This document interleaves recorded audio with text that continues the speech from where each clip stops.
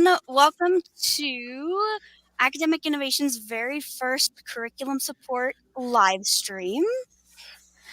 If you don't recognize my face, my name is Brooke Owen. And Chris? And I am Chris Powell. I am in the St. George, Utah office, and we're excited to be here today.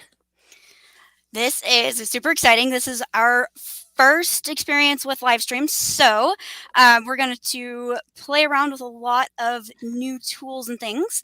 And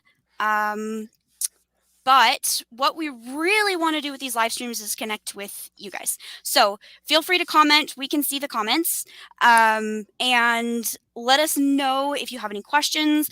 We're going to be talking in each of these live streams every week about a specific chapter of career choices and specific activities in those chapters, and talking about the helps that we provide for you for free. Oh, yay, we're getting likes and hearts. So first of all, we're going to start off our day, our live stream, with our news minute. So what we're going to do is we're going to talk a little bit about our newsletter that goes out every week on Tuesdays, which is just convenient considering we're live streaming on Wednesdays. So I'm actually going to go ahead and share my screen, and we're going to show you what that newsletter looks like. It's put together by our amazing team. And this week, we actually are headlining in the newsletter. So it starts off talking about our Getting Started webinars. So Chris, do you want to talk a little bit about the Getting Started webinars? Sure. So these, as you see, they are live webinars. They're not archived or pre-recorded or anything. They're live webinars. They're complimentary. You don't have to pay a dime to view these. Just something that we wanted to do. We started these last school year, and we wanted to do it again this year. Complimentary webinars just to help everyone get started with their career choices and get focused, stay focused programs. So Brooke and I are on those webinars, and we also have members from our technical support team who get on there. We do a walkthrough of mytenureplan.com and the Teachers Lounge, and then we're available to answer any questions that you have at all. Yep, and we tried to make them at different times throughout the day so that it can be accessible to everybody. There are recorded ones if none of these times work for you, so you won't be able to actually talk to us in person, but you still get the amazing information. Even if you're an experienced teacher, we do recommend you come to these because we like to see your faces, and we also, it doesn't hurt to get a refresher on what's new because we are constantly adding new things right now. So then the next subject is talking about one of our sessions from the Get Focused, Stay Focused Live conference. And this is talking about creating the whole school initiative. So if that's something you're interested in, there's a link to the recorded session from the conference. And this is another thing that's complimentary. You don't have to pay a dime to view that. And you can also request access to view all of the recordings from that conference. Yep. So this next one is actually a resource. This next section in the newsletters are outside resources that we recommend for you. This is an article from npr.org. And I really, really like this article because it's the Surgeon General talking about the youth mental health crisis, which is something that, you know, all of our teachers and all of us deal with on a daily basis. So that's something that is a really interesting read. If you haven't seen it yet, there's a lot of really valuable information on how different schools across the country are dealing with that proactively and trying to help out those students. And if anyone here watching right now has something that they're doing in their schools to help their students with their social emotional needs, then please comment and let us know. We'd love to see what you are all doing. Yes. So that is, we're actually going to move on because I want to get to the meat and potatoes. But if you are not receiving these newsletters, that is something, again, that's complimentary. I am going to post a link in the comments and in the chat. So I apologize, Twitter, you're going to get neglected on this because we can't include it. But if you're interested, go to our Facebook or YouTube and check out the link. You can sign up for the newsletter and receive it every week. So moving on, we are going to talk today about the Decision Making Rubric. This is a topic that oftentimes gets, it can get minimized because for a lot of people, decision making tends to be very natural. I'm not that type of person. I'm incredibly indecisive. And so this is, I love talking to teachers and pointing out the valuable points of this rubric because it really was life-changing for me when I went through this course for the first time when I was 21? Which I know I don't look much older than that right now, but I am. I'm a lot older than that. So this is one of my absolute favorite chapters in the Career Choices series. But we are going to talk today about the resources that we have available for you as you teach this course. Now, the rest of this live stream is going to be geared toward teachers who are already using this course. But if you're joining us and you don't use our materials, it can still be valuable. So, Chris, while I'm pulling up the online class agendas, why don't you tell us a little bit about the online class agendas? All right, so the online class agendas are something that we came up with as quickly as we could once the pandemic started. It was born out of a need for teachers who needed something that they could use to teach their courses remotely. And we have expanded it since then, and we highly encourage it for any teacher in any classroom. So we have every single chapter in the curriculum outlined in these online class agendas. They're broken down in these different sections, as you see here, the video mini lecture, the teacher presentation, group brainstorm, on and on. So you'll see the different fonts in the actual agenda, so you'll know which activity is being used at that point. But yeah, we highly recommend that everyone use these. It's a great way to stay on track. There's like it says, the group brainstorm, engagement activities, the students report out lots of suggestions on how you can get your students involved, whether they're watching you on Zoom or you can just do it in the classroom as well, breaking up into small groups. So we hope, I mean, we've heard from many people that it's a very valuable resource, helping them as they get through their course, making sure students are engaged and the content is exciting. And by no means do you need to use every single thing in the agenda. We went overboard to make sure you have everything possible, but you can tailor it to what you need based on how much time you have in each class session. So. Yeah, and something that a lot of our teachers have said is really valuable, even as you're returning to the classroom full-time, are these mini video lectures. So for example, in the section that we're talking about today, which is the first session of chapter 7, we have on number 10, you see the mini video lecture, how to use the decision-making rubric to make a career choice.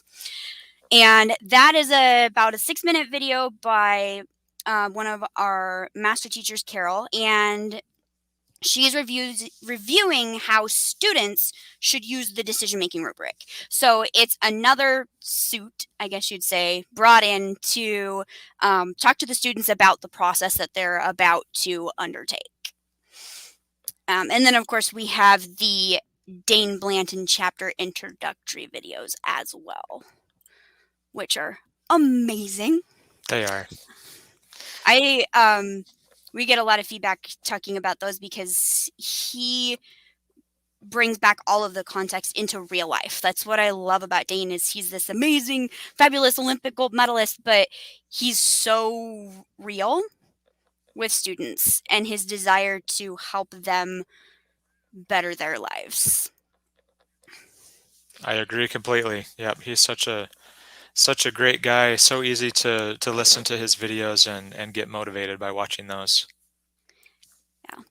One of the other resources I really wanted to point out today, also, we do have a layout of things that we're going to talk about today, but if you have things you want to talk about in regards to chapter 7 or something else, feel free to jump in the chat. I'm more than happy to talk about specific things. So don't hesitate to interrupt. But one of the other resources that is very valuable is this book right here. So if you're not familiar with this book, The Instructor and Administrator's Guide, please let us know. This is very important for you to have. So for example, for chapter 7, in section 4, we have lesson plans already made out for you.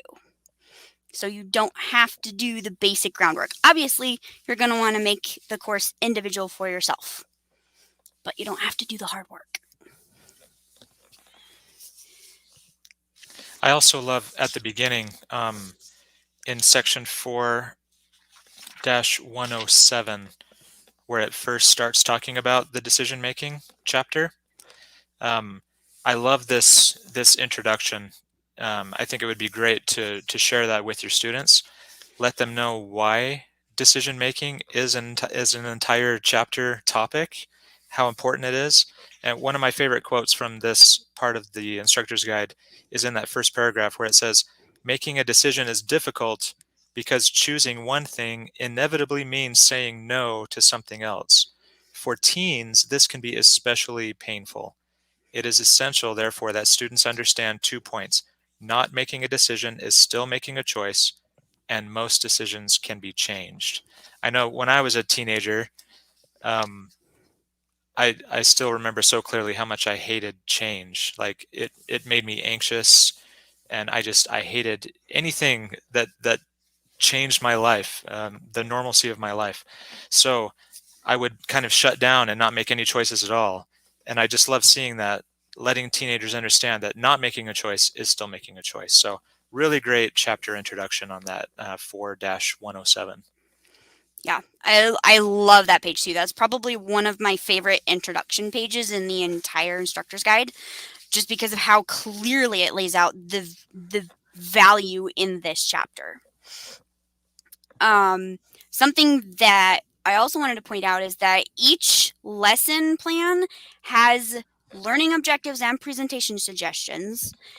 And depending on the lesson plan, there's all kinds of information. As you can tell, this is a very thick book. And it's not all lesson plans, but the majority of it is. And depending on the lesson, there's activity ideas, there's mytenureplan.com connections, course assessments, chapter introduction videos. So it talks specifically about how to use the Dane Blanton videos, and tie-ins to our English language arts book, Possibilities, which we're going to talk more about in a little bit. And so it really allows you to, again, not have to do the hard work and be able to do the really hard work, which is once you get the foundation, how you're going to be presenting this to your individual students. Yeah, such a great manual. I don't know if everyone knows this, especially people who are joining live, but I used to be an elementary school teacher. And if I had a manual like this that had all the lesson plans done for me, man, that would have saved me so much time and stress. So yeah, instructor's guide, if you don't have one, please get one. It'll make your course so much simpler. Yes. Spencer says that chapter 7 seems like a helpful chapter for anyone, not just students. And I could not agree more. Actually, I'm going to go ahead and put that up on the screen for everybody. And something that I really like to point out about this is I went through the course when I was hired on at the company when I was 21, and it changed my life. There were so many things in here that while I was prepared to a large extent for life, I had no clue how to be an adult. And so it was helpful not just for high school students or college students, but for anybody. And I'm very excited we're actually starting to get versions now that are geared towards more independent users as well. If you have questions on that, let us know. But I would like to talk a little bit more about possibilities, and because we don't talk about this as much as I wish we would, and we're going to be changing that because we're going to be talking about it every week, I hope. And so what Possibilities is it's our English language arts book that goes with the Career Choices series books. And it is a compilation of a bunch of different poems and short stories and articles, and something that I sent out an email last week encouraging teachers to use with Martin Luther King Jr. Day coming up is his I Have a Dream speech is included in that anthology. But so if you're not familiar with this, please take a look at it. It is an amazing book. I used several anthologies while I was in college, and I love this one. I read it all the time just for fun. But I'm a nerd that way, so. But there are 3 stories that are specific to chapter 7 and making choices. I think most of them actually, like, Yeah, they all tie involved. into that. Yeah. But there are 3 that we specifically recommend for this chapter. Chris, do you have a specific favorite one that you would like to point out? Yeah, for this chapter, I really love the excerpt from the play called The Monkey's Paw. It's on page 127 if you have your possibilities book. Yeah, and it's really fun because you can have your students who are comfortable reading out loud. You can assign them the different parts and do this as a read aloud for the whole class. But yeah, it's such a great little story on what you do with the choices that you're given. Specifically in this story, there's a monkey's paw that has the ability to grant wishes, and so just reading about what the characters decide to do with that power, it's a pretty powerful story. It really makes you think about how important the choices you make are. Yeah, it's definitely memorable. To say the least. But I had the same thought. My background actually is in theater, so when I saw this was in there, I was like, oh, we should have the students read the different parts, and that makes it nice because there aren't very many parts, and not all students are comfortable reading aloud. So it Hmm. allows you to, have students who are not necessarily comfortable reading out loud being able to listen and to hear the story that way. And for people like me who are all about that, they can, get as into it as they want to. Yeah. I would recommend reading it first, though. So, my favorite one in this section is actually the poem, which I thought was interesting. I'm not normally inclined to poetry, but I love The Road Not Taken because it is so integrated into our daily language right now. Yeah, it Like, really as is. you go through and read the poem, it's like there's I think at least 3, I think it's closer to 8, things that we use as phrases now that come directly from this poem. Hmm. And talking to students about why that is. It's not a very long poem. Yeah, only 4 stanzas. Yeah, and it's not one that I would have said, "Oh yeah, I've read that," and it's not one that you would necessarily recognize. But as you're reading it, you have half of it memorized because they're now phrases that we use in Yep. everyday language. And of course, going back to the point, which is making decisions and talking about how, both paths would have been fine. Yep. He could have taken either one. But why are you taking the easier path when you could take one that maybe isn't as common and might be harder to get through, but would be infinitely more fulfilling for you in the long run? Yep. So it hit me really hard this time around as I was reading it again. So yeah, highly recommend that one. And again, it's interesting how many of these lines are now just phrases we use in everyday life. Yep. The last story is one that, as someone who did a lot of arts in college, is one that was a really interesting read. It's called To Build a Fire, and it follows this character who, in my opinion, as I finish the story, you look at him and you go, why did you make those decisions? Like, you and I don't want to spoil the story, but at the end of the story, for me personally, I didn't like the character, which I feel like was the point, because he made all kinds of decisions that led ultimately to a very bad outcome for him. And the writing is very almost Tolkien-esque in its detail of the Arctic and what this man is experiencing internally and externally.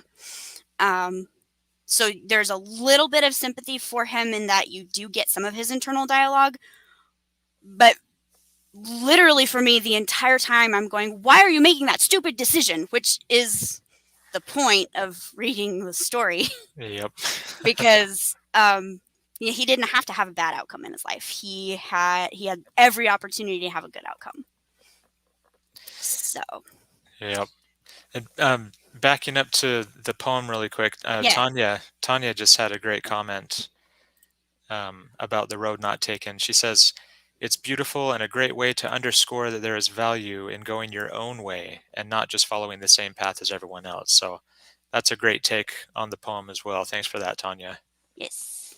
Thank you for pulling my attention to that too. So,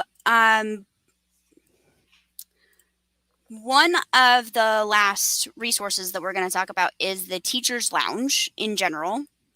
So I'm going to go ahead and pull that up. If you are teaching the Career Choices series and you are not familiar with the Teacher's Lounge, you need to either call or email Chris or I, and you need to be getting access to this. It is amazing, has a lot of resources. So this is what the homepage looks like, and you can find the online class agendas that we talked about earlier right here on the homepage. But that's not specifically what we're going to be talking about right now. There is also a resource cupboard full of activities for each of the individual chapters. So you can see these are our activities we have for Chapter 7. These little symbols mean that they were provided to us by teachers who are teaching the curriculum. We call them our mentor teachers. So that's something that I really recommend you look at, especially the video recommended by Brian Slotnick Lastrico, which is called Teen Brain Under Construction. It's a teen that is being videoed explaining how teenagers' brains work. And I love it. And it is on YouTube. And I think it is amazing, really, really brief way to talk to students about how come it's important for them to become aware of this decision-making process, because the way that they make decisions isn't always where it should be. So, yeah. And there's a lot of other stuff to look at in there. We're not going to go into detail because we would like to do some Q&A potentially. see if anybody has any questions about Chapter 7 or anything else in general. We're both sitting in our offices ready to answer your questions. So you can think of it as office hours if you'd like. Um, and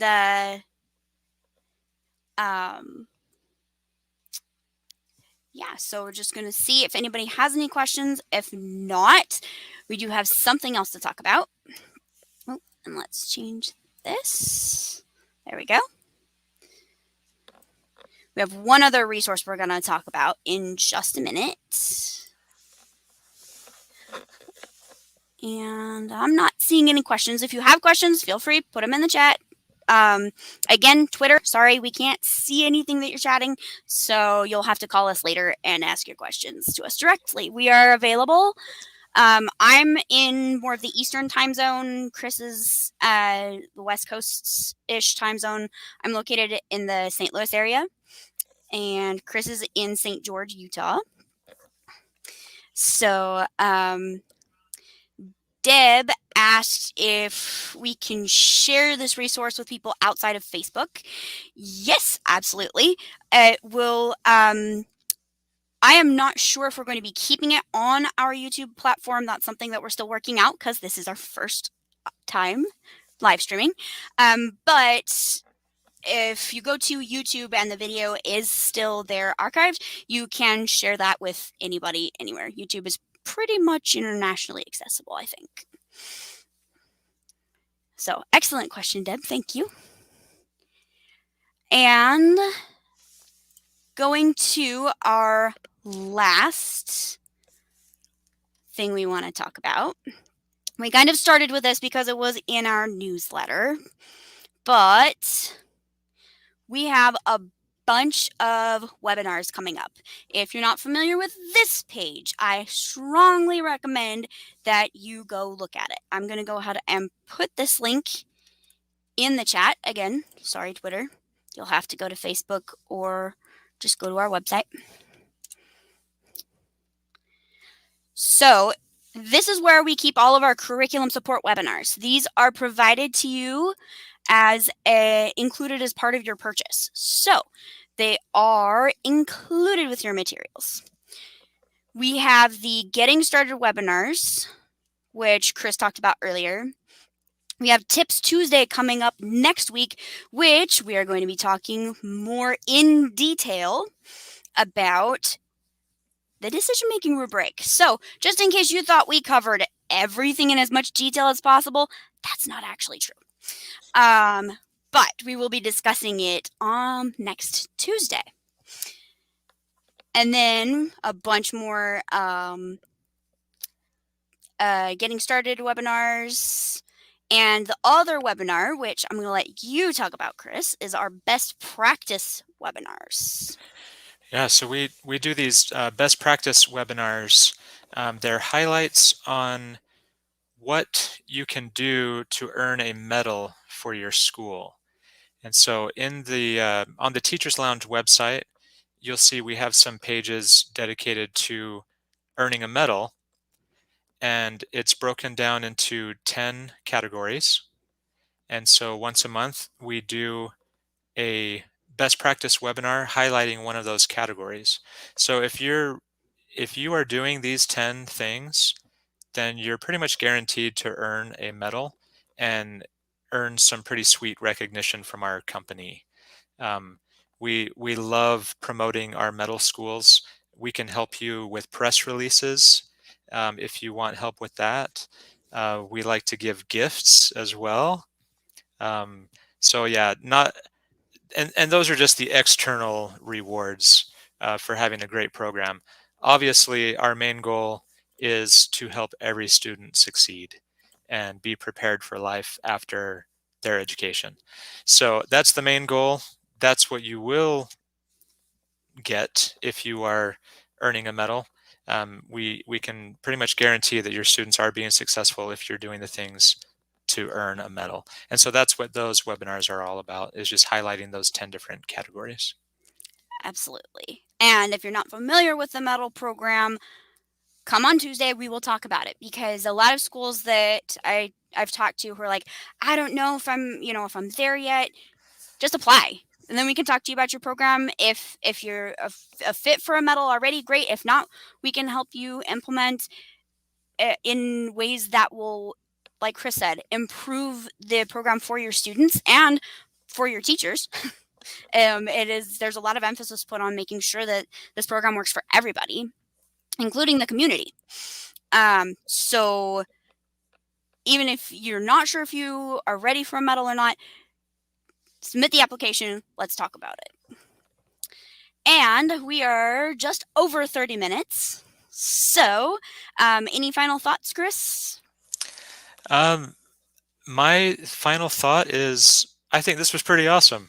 I was kind of nervous and wondering how this live stream would go, but yeah, I think this is a great opportunity to connect with educators. So hopefully those of you who are here enjoyed the live stream and will share this information with others and get ready to do this all again next week.